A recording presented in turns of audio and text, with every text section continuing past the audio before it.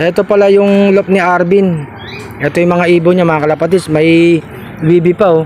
Nag-aabang siya ng ibon sa WPFC saan lugar? Tugigaraw. Tugigaraw Cagayan, ilang lap na? Third lap. O third lap mga kalapatids. Tugigaraw Cagayan, malayo na. Bali ilang lap?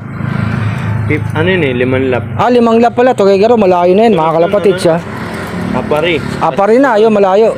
Santa Ana Cagayan. Ayan. 2 lap. Ito pa yung mga ibon niya, ang dami mga kalapatids. Ayan. Ayan yung mga ibon niya, pinasilip sa atin mga kalapatids. Siya din pala yung nagmamahala ng loading station, no? Oo, yung ano, sa Ulpa, kaso nagsarado Ulpa. na eh. Kailan magbabalik?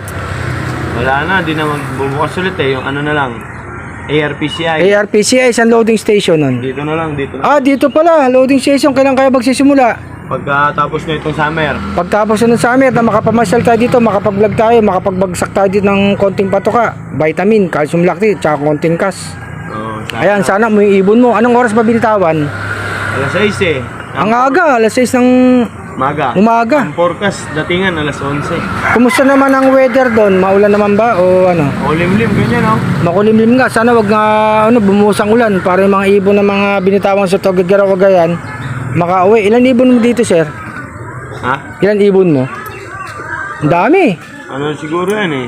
Nasa 40 rin. Oh, ang dami, 40. Mga kalapatids, oh. Ayan. Pero yung flyer ko, konti lang. Ah, yung flyer mo. Ito mga ano mo? Ay, mga ano yun, mga stock bird. Mga stock birds, oh. Ito yung mga flyer niya, mga kalapatids. Tapos, stock birds. Sa'yo din to, mga bibe? Sa tito ko naman. Ah, sa tito mo. Ito nga, oh. Barangay Tatalon to, di ba? Barangay natin. Sa Tulay, di ba? Ayan, oh. O baka may gusto kang i-shoutout yung mga idol mo. Mga vlogger, yung mga paborito mga vlogger, shoutout mo na. Shoutout ko lang yung ano, yung mentor ko, si JC Villanueva. Oh, si Jesse Villanueva. Shoutout sa iya. Oh, shoutout daw. Sino pa? Yung mga... Kasi yung mga kalapatids natin dito sa ano, sa Tatalon. Oh, Tatalon, shoutout daw. Tatalon Pansier. Pansier, ayan, shoutout sa inyo. Mabuhay ang mga pansier ng Tatalon, ha, Quezon City. Eto nga, nandito tayo. Napasyal tayo dito sa Tatalon, mga kalapatids. Napasilip nga yung ibon niya.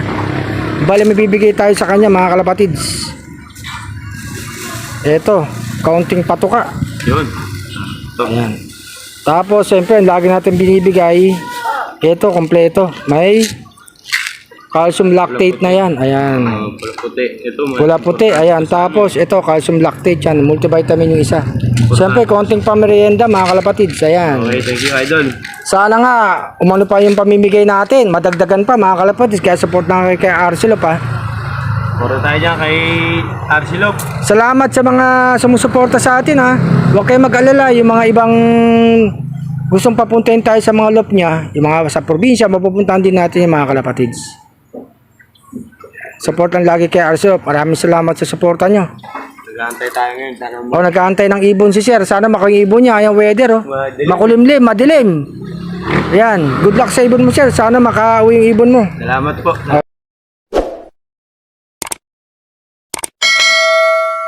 Oh, may mga request sa mga kalapatids. Konting ano lang daw, kembot lang. Konting siya lang nga lang daw. Hindi ako marunong yan eh. Hindi daw marunong si Sir. Sige, Sir, ha. Good luck. Sir, thank you. Oh.